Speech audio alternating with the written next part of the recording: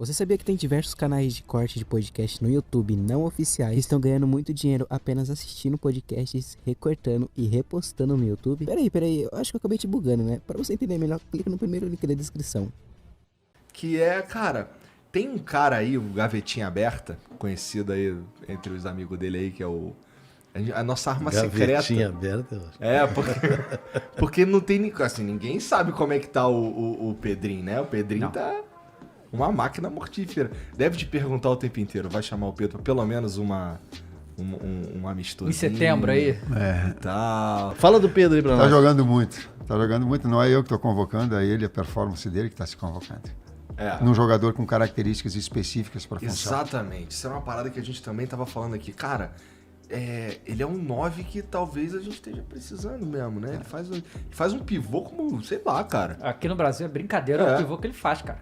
Cara, foi contra o Atlético Paranaense, talvez. Sei lá, eu sei que qualquer situação que ficar complicada, o Santos jogava lá nele, chegava nele, parava, botava e fazia o que queria com a bola. Mas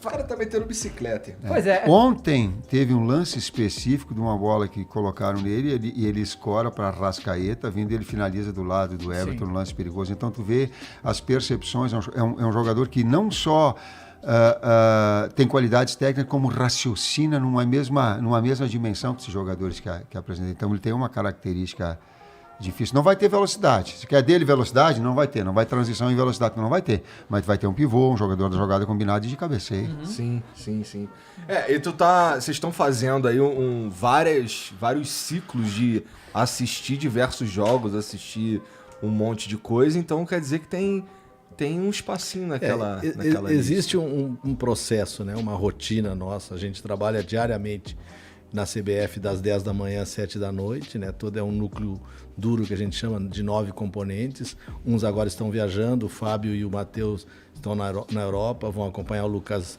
Veríssimo lá no Benfica, estiveram vendo o Atlético de Madrid ontem, vão na Juventus.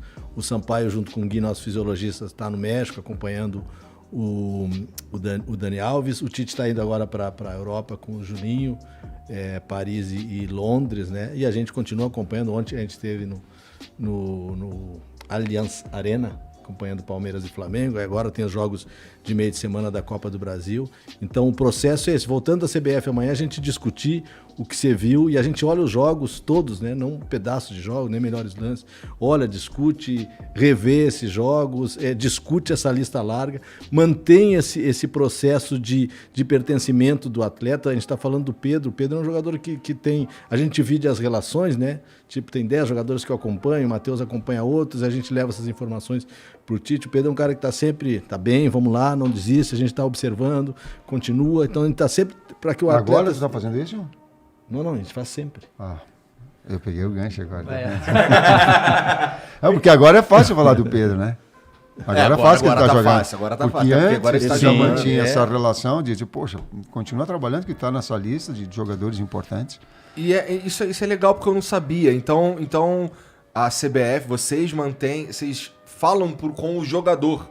Cara, mantém aí, continua. Te fala por WhatsApp e a gente vai até eles, né? Ou no seus CTs, ou conversar com as suas comissões, conversar com o seu departamento físico, clínico. A gente usa muito, médico fala com médico, preparador fala com preparador, dirigente fala com dirigente, para ter a mesma língua. Treinadores falam com os treinadores, com os atletas, conversamos muito com os atletas. É um acompanhamento diário. Legal. Assim como, desculpa, é uma coisa legal para falar que aconteceu conosco recentemente, eu não tenho instalado, a gente faz também consultoria com o atleta.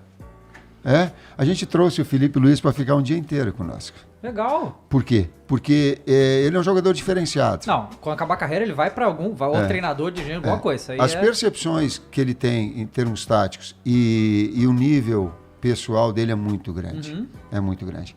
Então a gente trouxe ele, não ser um dia inteiro, eu acho que era no início da tarde, e ficamos a tarde toda fazendo perguntas para ele, daquilo que ele dimensionava dos trabalhos, daquilo que foi na seleção, daquilo que foi nos treinamentos, daquilo que era nos seus clubes, para que a gente tivesse uma cadeira vazia e que o atleta pudesse trazer para nós algumas informações, alguns sentimentos que ele sentiu de experiências todas.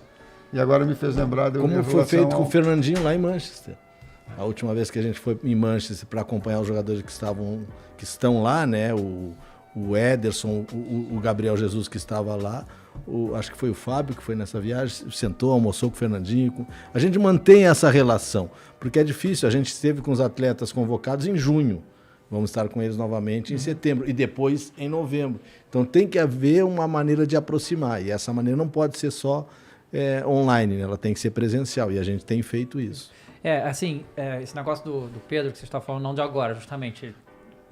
A gente que é flamenguista, a gente acompanha o Pedro direto. A gente está muito mais próximo disso. E a gente sabe que não é de hoje que o Pedro está jogando bem. Apesar de ele estar reserva do Flamengo, mas para 2020, se não fosse o Pedro, eu acho que a gente não era campeão. Né? Teve um período que o Flamengo ficou, sei lá, quantos jogadores com Covid... E ele fez gol um atrás do outro e tal, ele foi muito importante. E teve aquele... e isso é uma coisa que me divide muito, né? Foi na Olimpíada, né? O Pedro foi convocado para a Olimpíada, era para ele estar nesse grupo. E o Flamengo não liberou, né? Que também foi um período de queda de braço do Flamengo com a CBF. Isso aí, porque tinha muitos jogadores convocados, não só do Brasil, mas de outro. Teve a Copa América junto, foi uma confusão. E o Flamengo não quis liberar o Pedro, que não precisava, né? E... Aí a gente só consegue saber de o que a mídia passa, né? Mas claro que ele ficou chateado, óbvio que ele queria ir pra Olimpíada, e ainda mais que eles ganharam ouro e tudo. E ele tinha jogado nos jogos antes, né? E tinha feito gol e tudo e tal. Vocês já estavam olhando ele desde lá, né? Desde antes, obviamente, ele foi ser convocado pra lá. Pesou pra vocês ele não ter ido pra Olimpíada, jogar pra vocês verem mais ele de perto? Sim.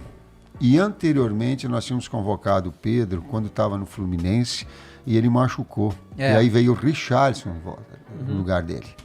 Porque eu conversei com o Abel e o Abel falou assim, que tem um jogador que ele é gol, ele cheira gol, ele tem que é o Richarlison. Se tiver um jogador com essas características diferentes do Pedro, tem. E eu tenho uma muito boa relação e sei da qualificação do Abel e trouxe o Richarlison na sequência porque a gente acompanhar. Mas o Pedro já vinha naquele momento. Veio depois também e entrou no jogo contra a Venezuela, que nós precisávamos aqui em casa. A Venezuela veio com o caminhão e mais um ônibus e mais tudo lá atrás, e nós batendo, e precisava de um duplo pivô na frente, e lembro que a gente colocou ele, Gabriel Jesus, eu acho que foi o ele, Richarlison por dentro, nós ganhamos da Venezuela aqui, então é um jogador que empresta essa característica que a gente vem. Depois ele teve um momento que não deu uma sequência, mas de alguma forma torcendo sempre para que ele tivesse, por essa característica também. Sim.